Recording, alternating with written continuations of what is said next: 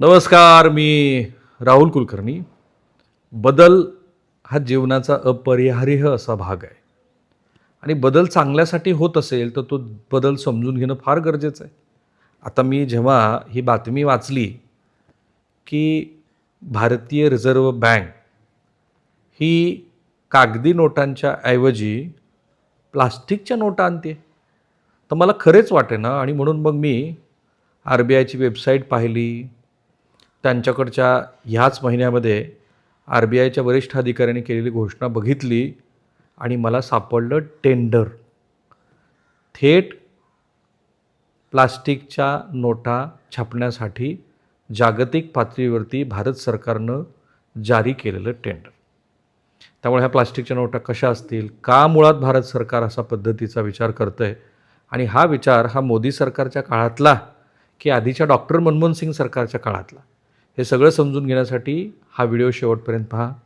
Channel subscribe करा आणि अशा जगभरातल्या आपल्या स्वतःच्या महाराष्ट्राच्या हिताच्या बातम्या ह्या मराठी भाषिक जगभरातल्या मंडळींच्या पर्यंत पोहोचवा. रिझर्व्ह बँक ऑफ इंडिया आणि तिची नोट छपाई करणारी उपकंपनी, तिचं नाव आहे भारतीय रिझर्व्ह बँक नोट मुद्रण प्रायव्हेट लिमिटेड, जिला BRBNMPL असं म्हणतात, यांनी सध्या भारतामध्ये कागदी नोटांच्या ऐवजी पॉलिमर नोटा, ज्याला आपण प्लास्टिकच्या नोटा म्हणतो, म्हणजे प्लास्टिक म्हणजे पॉलिमरच्या त्या नोटा असणार आहेत, त्या आणण्याची तयारी सुरू केली आहे.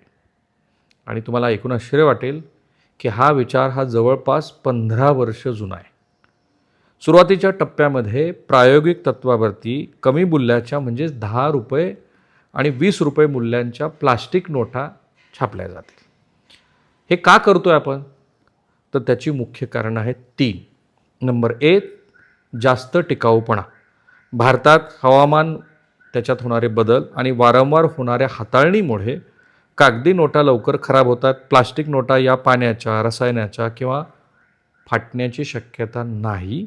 त्यामुळं हे एक पहिलं कारण. नंबर 2, दीर्घ आयुष्य. अर्थात त्यामुळं या नोटा नेहमीच्या कागदी नोटापेक्षा 4 ते 5 पट काळ अधिक टिकून राहतील. महत्त्वाचं म्हणजे खर्चामध्ये बचत होईल. नोटांचं आयुष्य जास्त असल्यामुळं केंद्र सरकार आणि RBIला वारंवार नवीन नोटा छापण्याचा आणि जुन्या नोटा नष्ट करण्याचा खर्च करावा लागणार नाही. आता मला असं वाटलं की हे अचानक झाले का? ह्याची काही फील्ड ट्रायल वगैरे केली आहे? येस. तर भारतामध्ये पहिल्यांदा डॉक्टर मनमोहन सिंग सरकारच्या काळामध्ये 2013मध्ये देशाच्या 5 वेगवेगळ्या भागामध्ये त्याची ट्रायल झाली. कुठे? दिल्ली NCR, मुंबई, बेंगळुरू, पुणे, लखनौ आणि कोलकाता. तुम्हाला लक्षात आलं असेल की भारताच्या सगळ्या हवामानामध्ये, कारण मुंबईमध्ये दमट वातावरण, दिल्लीमध्ये कोरडेपणा, कोलकात्यामध्ये तशीच परिस्थिती, पुण्यामध्ये पण मिश्र वातावरण, आणि या सगळ्या ठिकाणी ह्या नोटा पहिल्यांदा त्याची फील्ड ट्रायल झालेली आहे. आता प्रश्न असा आला असेल की भारताला मुळात ही कल्पना कुठून सुचली? तर त्याचं मूळ आहे ऑस्ट्रेलिया.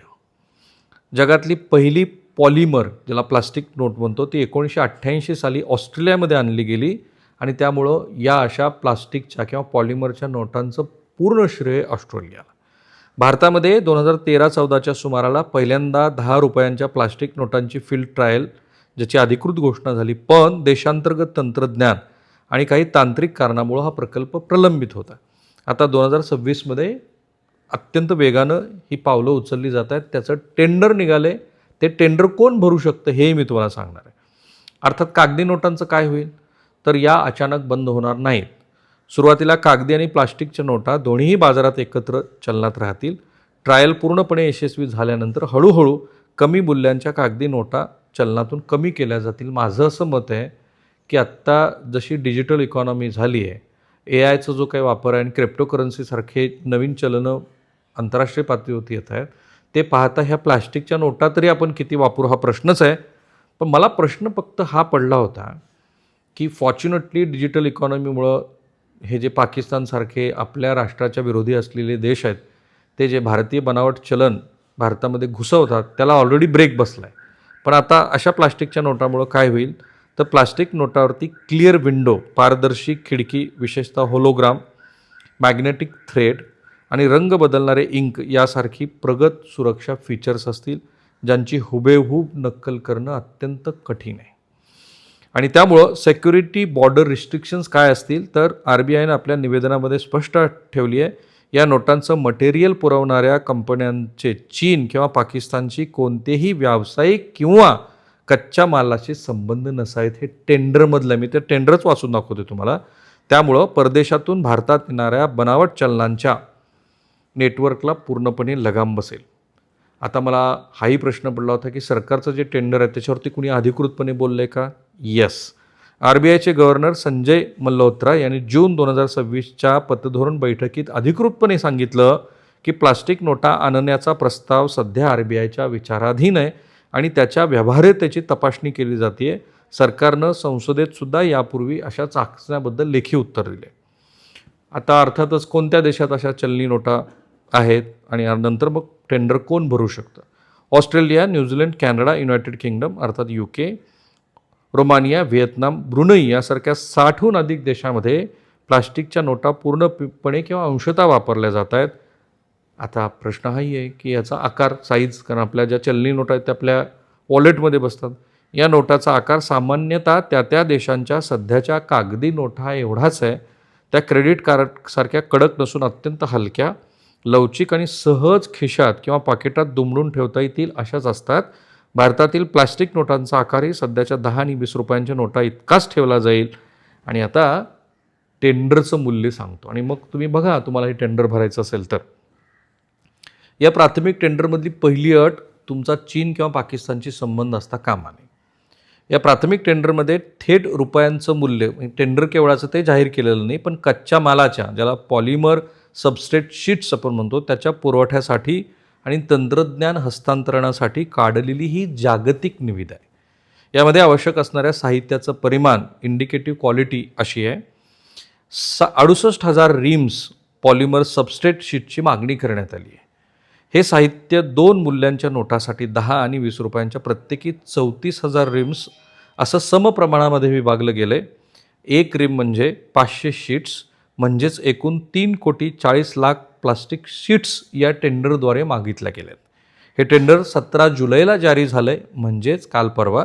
टेंडर भरण्याची अंतिम मुदत ही 18 ऑगस्ट 2026 आहे. इच्छुक जागतिक आणि देशांतर्गत कंपन्यांना आपले प्रस्ताव सादर करता येतील. छपाई कधीपासून सुरू होणार आहे? तर पहिल्यांदा होईल ती लॅब टेस्टिंग.